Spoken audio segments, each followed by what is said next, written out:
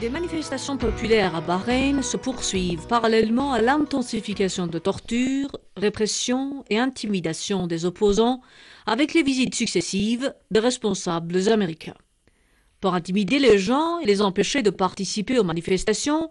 les Al-Khalifa, qui avaient déjà procédé au licenciement ou à l'arrestation des fonctionnaires, des médecins et des infirmières ou à l'expulsion des étudiants et des lycéens,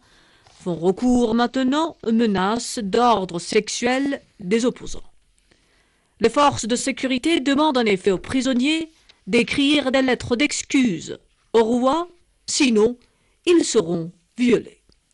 Entre autres, Presse TV a rapporté que les services de sécurité bahreïnis ont menacé l'activiste politique leader du mouvement Al-Haq, Abdullah Al-Khawja, que s'il ne s'excusait pas devant la caméra au roi,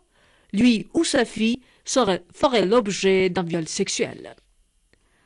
Un autre activiste politique, Ali Al-Faraj, a indiqué au reporter d'Al-Alam que les pressions s'intensifient sur les lycéens et les étudiants qui doivent exprimer leur fidélité, sinon ils seront expulsés ou arrêtés. Il est vrai que le roi de Bahreïn a perdu la morale et cherche via les services de sécurité à obliger les opposants à exprimer leur fidélité à son encontre pour ainsi retrouver et rehausser sa morale.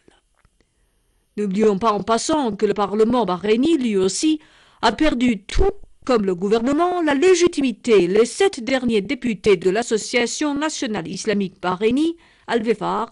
ayant démissionné. Sur la scène diplomatique, après l'arrivée du sous-secrétaire d'État américain à Bahreïn, pour faire des consultations avec les responsables bahreïnis,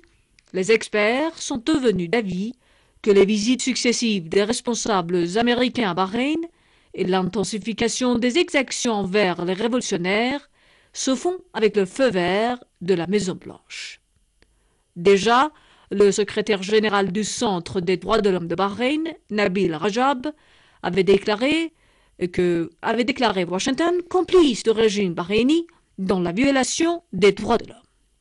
La preuve, le vice-ministre américain des Affaires étrangères, James Estenberg, a loué les efforts du régime bahreïni dans la répression des protestataires, ce qui compte, d'après lui, parmi les plans constructifs de ce régime pour créer une société ouverte, affirmant que les États-Unis soutiennent les politiques et mesures de régime bahreïni. Quoi qu'il en soit, les forces bahreïnies, sûres du soutien américain et saoudien, continuent de massacrer et réprimer les contestataires qui n'arrêtent pas d'ailleurs leurs manifestations commencées depuis le 14 février.